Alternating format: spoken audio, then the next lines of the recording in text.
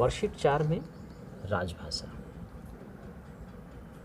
सरकारी कामकाज की भाषा को राजभाषा कहते हैं। इसे अंग्रेजी में ऑफिशियल लैंग्वेज भी कहते हैं। तो राजभाषा अर्थात राज्य की भाषा, जैसे उत्तर प्रदेश, मध्य प्रदेश, छत्तीसगढ़, इन राज्यों की जो राजभाषा क्या है, हिंदी है।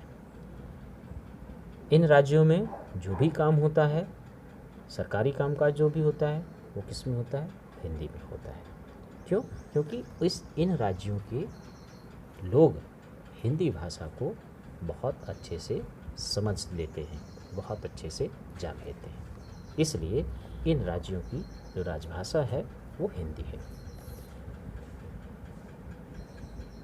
एक विशेष बात, संस्कृत कश्मीरी को किसी भी राज्य की राजभाषा नहीं बनाया गया है।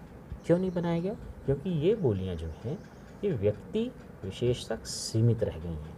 यानी व्यक्ति इन बोलियों का प्रयोग केवल अपने विचारों के विनिमय के लिए करता है, विचारों का आदान प्रदान करने के लिए करता है। इसलिए ये भाषाएं जो हैं किसी भी राज्य की भाषा नहीं बन सकी। अगले क्रम में है राष्ट्रभाषा। वह भाषा जिसके द्वारा देश का प्रत्येक व्यक्ति अपनी अभिव्यक्ति को सरलता से दूसरे तक पहुंचा सके अर्थात संपर्क बना लेता है, उसे संपर्क की भाषा अथवा राष्ट्रभाषा कहते हैं। हमारे देश की राष्ट्रभाषा क्या है? हिंदी है।